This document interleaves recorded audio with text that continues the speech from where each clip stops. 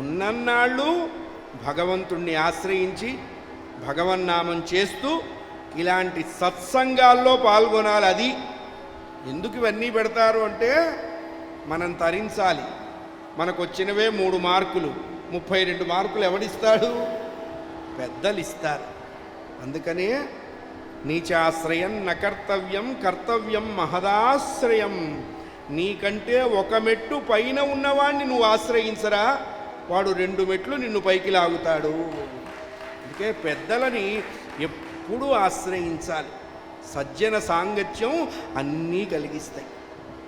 ఆ పిల్లవాడు హరే రామ హరే రామ హరే రామ హరే రామ అంటూ ఒడిసెలు విసురుతూ ఉన్నాడు.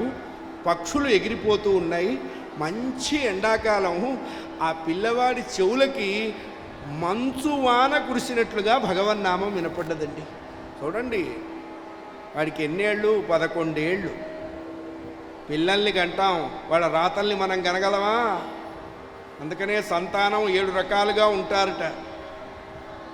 మొదటిది కారణజన్మ సంతానం, చాలా కష్టపడితే కానీ కలగరు.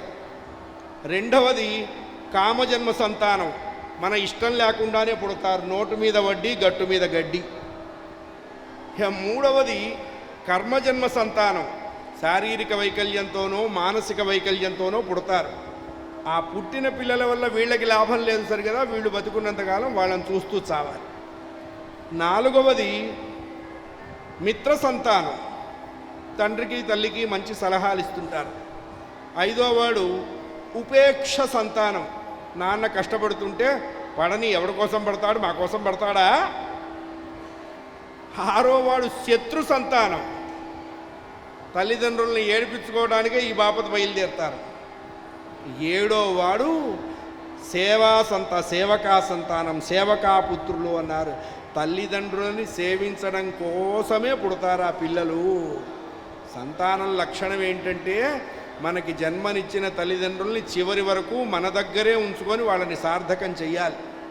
మనం బతికుండగా మనకి జన్మనిచ్చిన వాళ్ళు అనాథాశ్రమాల్లో వృద్ధాశ్రమాల్లో ఉన్నారు అంటే మనం చచ్చిన వాళ్ళతో జత అంతే. మనకి జన్మనిచ్చిన తల్లిదండ్రులు ఎక్కడో ఉండటం ఏంటండి? తల్లిదండ్రులకి గుళ్ళు కట్టించక్కర్లేదు, కట్టించిన గుళ్ళ ముందు వాళ్ళని కూర్చోబెట్టకుండా ఉంటే చాలు. అందుకనే ఇలాంటి సత్సంగాలు ఎందుకు అంటే మర్చిపోతున్న మానవత్వపు విలువలు గుర్తు తెచ్చుకొని ఆ మార్గంలో నడవటానికి. అంతేగాని మీకు తెలియదని కాదు, నాకేదో తెలుసని కాదు, వాళ్ళకేం తెలియక నన్ను ఇక్కడికి పిలిచారని కాదు.